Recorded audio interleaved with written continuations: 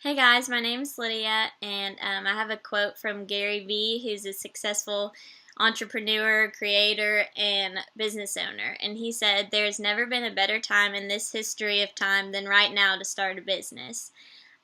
Creating a small business is very difficult, as most of you must know. So, your identity and your brand are the most important things that will get you through successful times owning your small business. So I kind of put in little pictures of him and quotes of him throughout my presentation because he's just very motivational, really business minded, and really has his head on straight. And he's pretty funny too.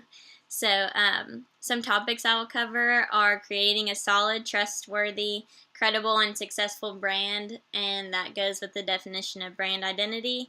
I'm going to say what it takes to be a small business owner in today's ever-changing competitive world. I mean, it's crazy out there. Competition's real, and a lot of people are being affected by it. Then I'll lastly talk about some tips and tricks to help you boost your brand. So this slide just kind of has two little quotes that I thought were really interesting. First, it says, "You got kids making hundreds and thousands of dollars because of their Instagram account, and people want to hire them or use them. Recognize that. For me telling you kids, here's what it is. Recognize that you have a much bigger chance and a better opportunity than your parents did to build a business around your passion, and don't take that for granted." And then I like this one too. He said, "When you look for money, you get rich. When you look for legacy, you get wealth." So I put his YouTube channel on there for y'all to check out if that interests you at all. He's awesome. So, okay, brand identity. What does brand identity mean? So after gathering a few sources, I came to the conclusion that your brand's identity is the personality behind your brand. So, for example, your morals, values, styles, beliefs, purposes you withhold, all of that. Essentially, the voice of reason behind your actions is your brand's identity. So it's a part of you, therefore it's dynamic and important. Who are you? What do you believe in? And why should people care? Those are questions you need to keep in mind when you are creating your brand's identity, because they need to know more about you so they can believe in what you're trying to sell them or provide for them. Alright, so now we're going to move into it. So we're going to build our brand, figure out where we need to start, go over the creative process, and I'm going to give you a few ways to self-promote on a budget. Okay, so the creative process.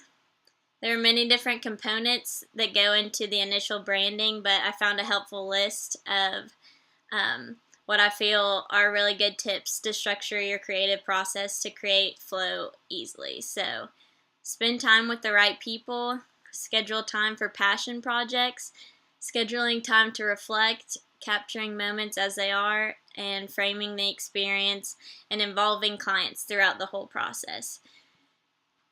So with involving clients, I think that's very important because they are paying you, they are running your business potentially. I mean, that you wouldn't be there without them. So if you are keeping them happy, involved, making sure their voice is heard, then they'll be the most happy and you will be the most successful.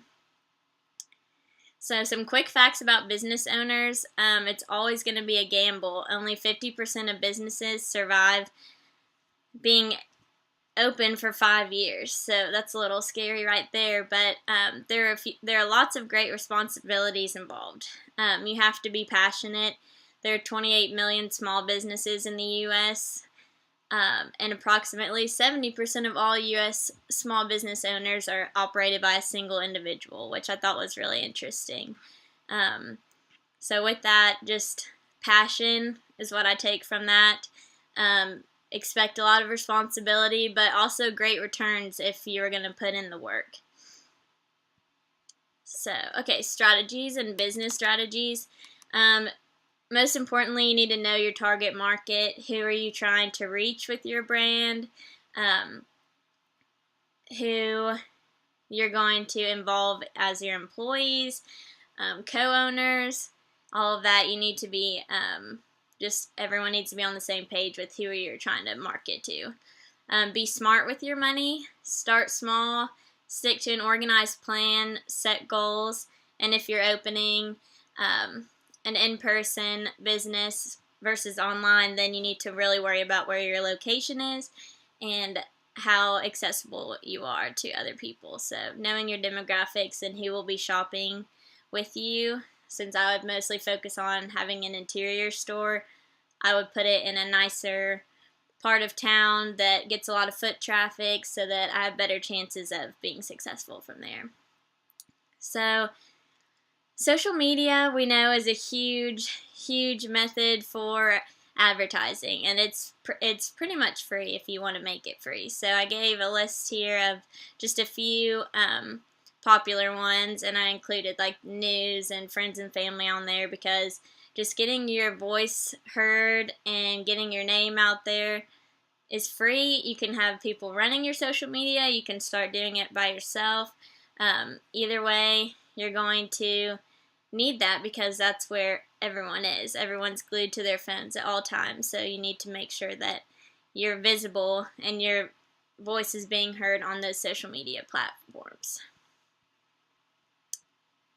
So in conclusion, everyday application of the techniques discussed will ensure you success. If you just take these few tips, your small business will grow and develop into a great success.